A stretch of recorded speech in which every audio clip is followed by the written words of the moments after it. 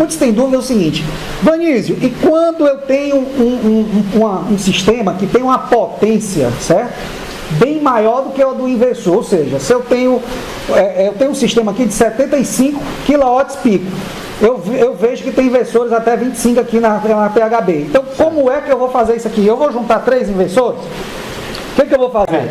Aí, e como ele vai fazer essa junção dos 3 inversores? Então, a gente sabe que você pode juntar os 3 inversores, pode fazer um arranjo de inversor para você chegar na potência lá.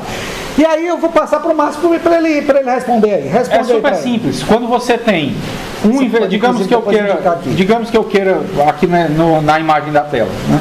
Digamos que eu queira instalar apenas um inversor, se o meu sistema é de 25 kW só, então eu teria só um inversor, né? Um único inversor instalado. Se o meu sistema é de 50 kW, e nesse inversor de 25 eu vou ligar o inversor, passa por todo o string box e ele vai chegar no quadro da casa ligado num disjuntor normal. Como a gente já viu normal, na instalação de um único inversor, né? Se eu tenho 2 inversores que são para um sistema de 50 kW e eu preciso ligar 2 inversores, como é que eu faço? Eu coloco ali do lado o segundo inversor e ligo esse segundo inversor, passa por todo o string box dele, tudo normal, e eu vou ligar esse inversor num segundo disjuntor do lado do disjuntor inicial, do primeiro inversor. Então, se eu tenho 2 inversores, lá no meu quadro eu vou ter 2 disjuntores. Ou seja, lá no seu quadro de distribuição você vai levar como se fosse 2 instalações à parte, coladas uma do lado da outra. Você está aqui com 2 instalações coladas uma do lado da outra, tá certo? E você está levando lá pro quadro de energia para 2 disjuntores. Um disjuntor para cada inversor. Como se eu tivesse 2 geradores independentes do lado um do outro, apenas fisicamente juntos, mas eles só vão se encontrar. Todas as ligações são independentes. E ele só vai se encontrar lá no quadro de distribuição da casa.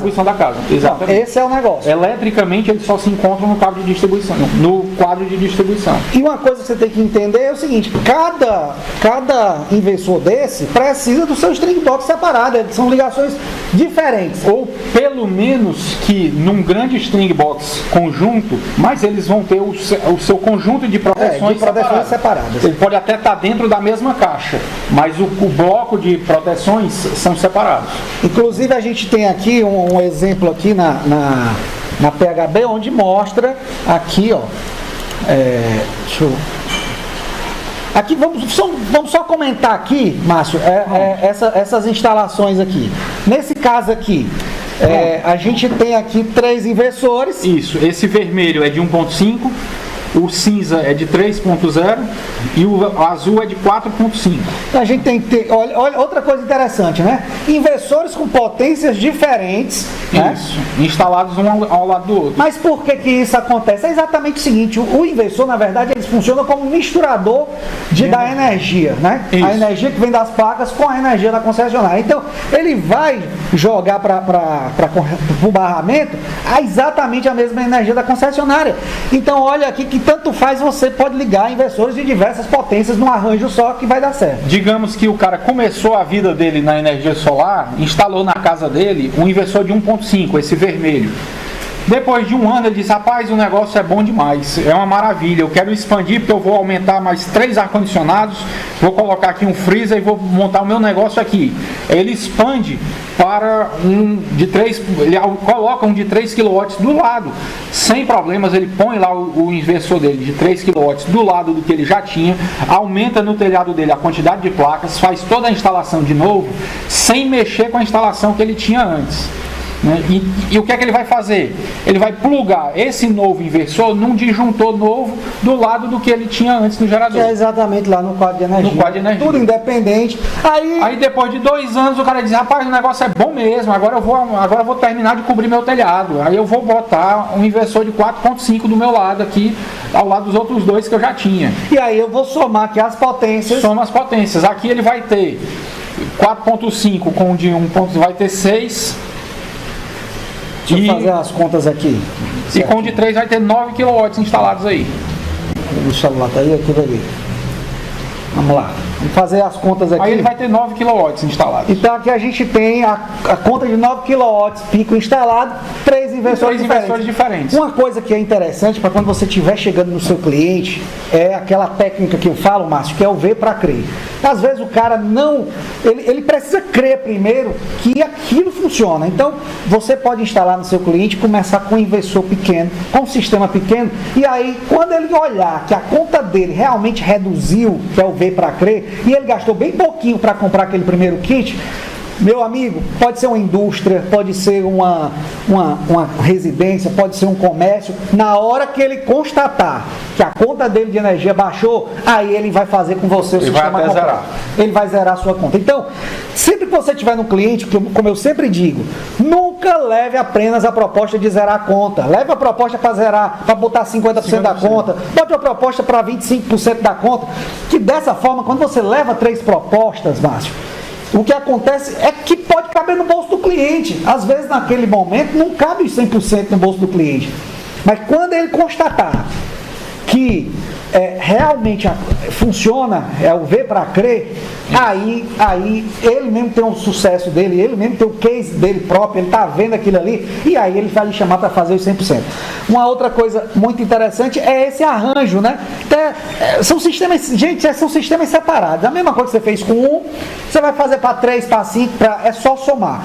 E a coisa mais legal da energia solar, que eu sempre falo para ele, que é exatamente a forma de modularizar. Tanto os painéis são modularizados, você pode acrescentar mais 10, acrescentar mais 20 painéis, acrescenta mais um inversor e soma essas potências. Agora, uma coisa que eles precisam saber, Márcio, é que toda a vida, você entrou na concessionária com uma potência. Se você for mudar o seu sistema, você precisa refazer aquele processo. Reaprovar o projeto. Então, fala um pouquinho aí sobre a reaprovação do projeto. Quando eu for instalar o primeiro inversor, o primeiro sistema, a minha geração inicial, eu aprovo um projeto. Se depois de um tempo eu decidi que agora eu vou partir para um negócio maior, eu vou aumentar o meu gerador, eu vou gerar mais energia, eu quero expandir o meu sistema, eu preciso dar uma entrada com um novo projeto contemplando essa expansão.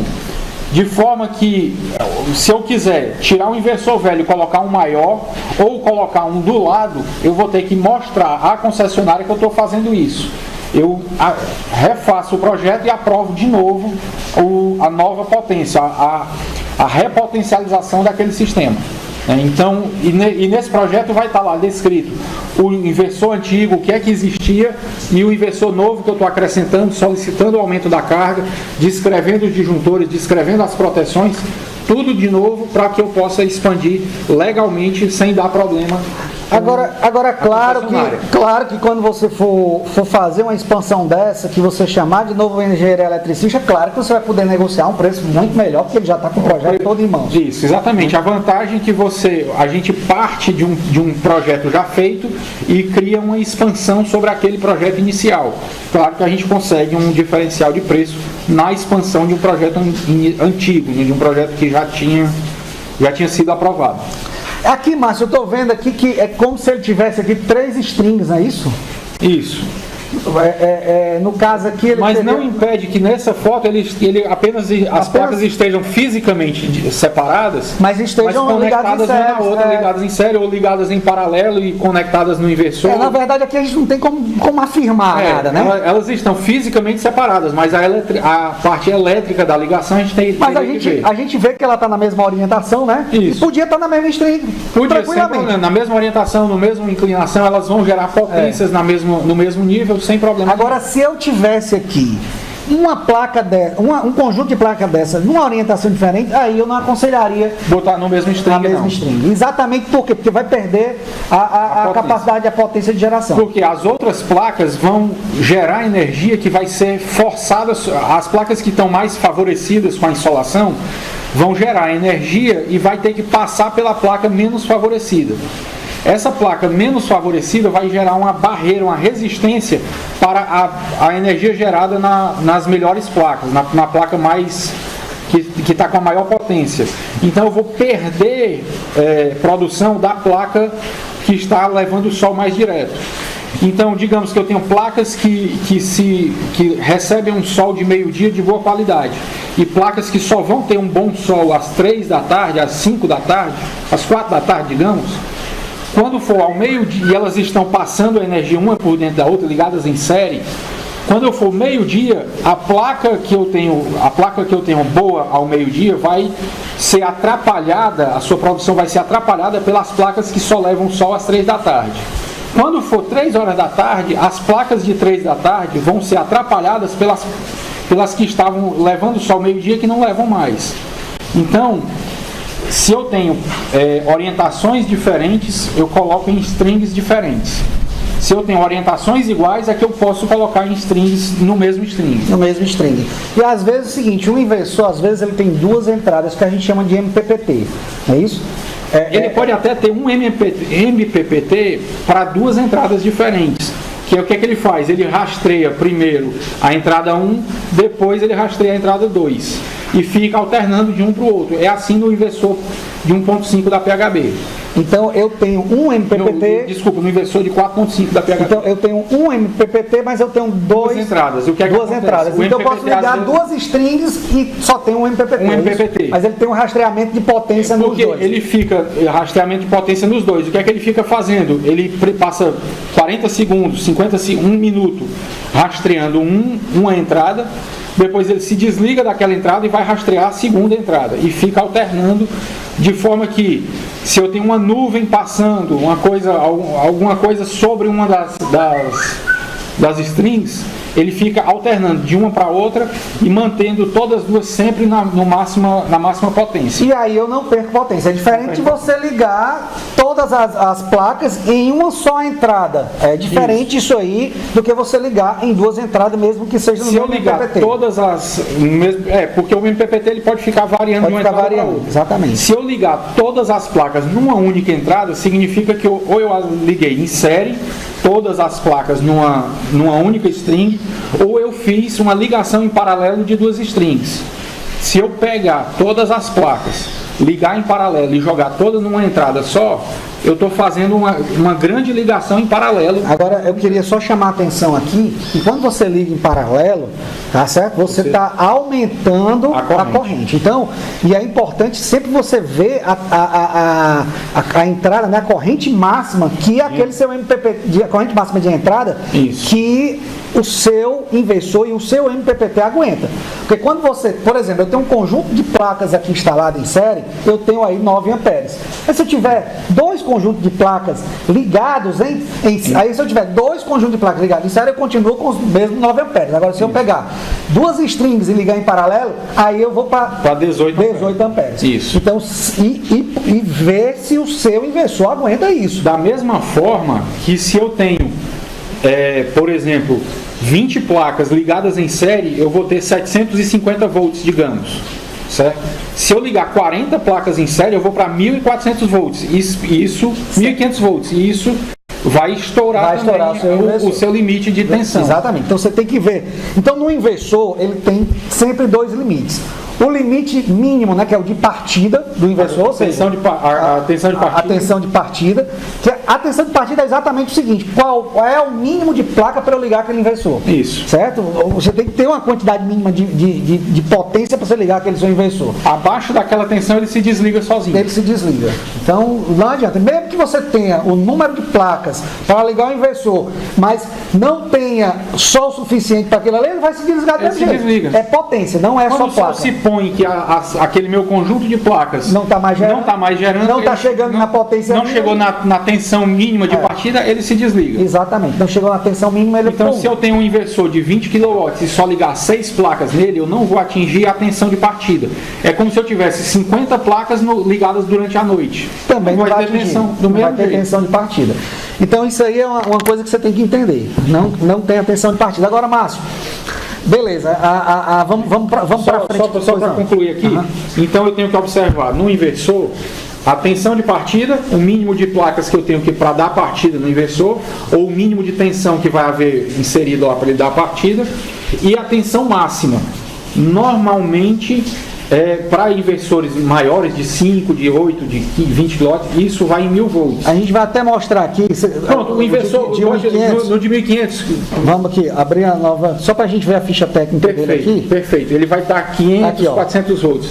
Máxima potência, 1800 watts, né? Máxima tensão, 450 volts. Então, se eu ligar 750 volts nele, ele vai queimar. Estourar o meu inversor. Isso. Isso aí é uma coisa que você tem que entender, isso aí você não pode fazer nunca, não pode deixar passar. Eu só posso ligar, por exemplo, se a minha placa tem 45 volts, eu só posso ligar no máximo 10 placas em série ligadas nesse inversor. Exatamente. E aí você vê aqui também, ó, corrente máxima 12 amperes. Então, se eu tenho um conjunto de placas que já tem 9 amperes, se eu ligar 2 conjuntos em paralelo, eu estouro o inversor. Eu só preciso ligar 2 placas em paralelo para estourar. Só precisa ter nenhum conjunto, 2 placas. 2 placas já vou para 18 amperes. Se eu ligar no inversor, adeus. Já era. Porque aqui a corrente máxima dele, né? A corrente de 12 amperes. De 12 amperes, exatamente. E a tensão de partida, olha que legal, 125 volts. Então, se eu ligar aqui as placas estiver dando 90, ele não liga. Não liga. Se eu só ligar 2 placas de 40 volts, por exemplo, só vai dar 80 volts. E ele vai ficar abaixo da tensão de partida. Ele vai ficar abaixo da tensão de partida e ele não vai ligar. Ele não vai ligar. Então, a tensão de partida aqui... Agora, a gente vê que a tensão de partida é uma tensão... relativamente baixa. Né? Isso. Uma tensão realmente baixa aqui. Bem, o número de strings aqui a gente está vendo que paralelo 1, né? Só tem, ou seja, eu só vou ter uma ligação, um string, não posso botar 2 strings. Isso. Né? A potência nominal aqui é de 1500 watts. É a potência que ele pode trabalhar normal, sem passar as 12 horas do dia ligado, sem esquentar, sem exceder seus limites, sem entrar em acionar dispositivos de proteção. É interessante você sempre colocar nessa potência nominal, fazer o seu dimensionamento em cima da potência nominal. Quando eu faço aqui na máxima potência, ou seja, no limite, qualquer coisinha que vai passando, eu vou estar danificando meu inversor. Porque, no caso, ele vai acionar circuitos de proteção que vão para evitar superaquecimento, derretimento de contatos, coisas assim, ou você carbonize algum contato, então ele vai acionar um circuito de proteção, vai cair sua proteção até pela metade, só para se manter funcionando em padrões de potência seguros. Então, você se aproximar do limite, você está perdendo essa margem de segurança. E sem falar, né, Márcio, que... perdi aqui.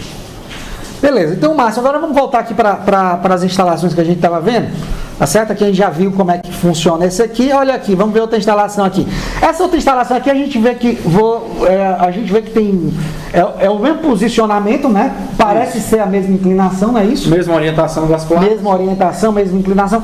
Poderia essas placas aqui estar numa mesma string, você acha? Poderia, não há problema nenhum, só que eu vou ter que fazer um cabo de ligação. Aí já não era legal, né? Aí já não era legal. Em vez de eu pegar essa placa que está aqui embaixo, por exemplo, e levar para se conectar com a lá de cima, eu posso mandar as duas direto em direção ao inversor e fazer o paralelismo, se for um inversor que aceita paralelismo.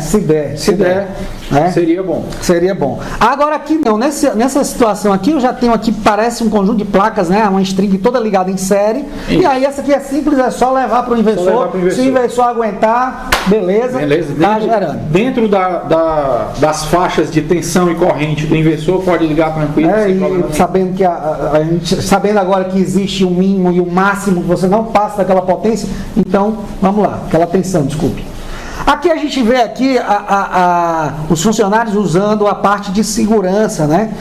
Que fala um pouquinho mais aí, Márcio, que a importância de estar seguro no telhado. Nesses trabalhos a gente trabalha muito em telhado, né? É raro a gente ainda em pequenas potências não aproveitar a insolação que incide sobre um telhado.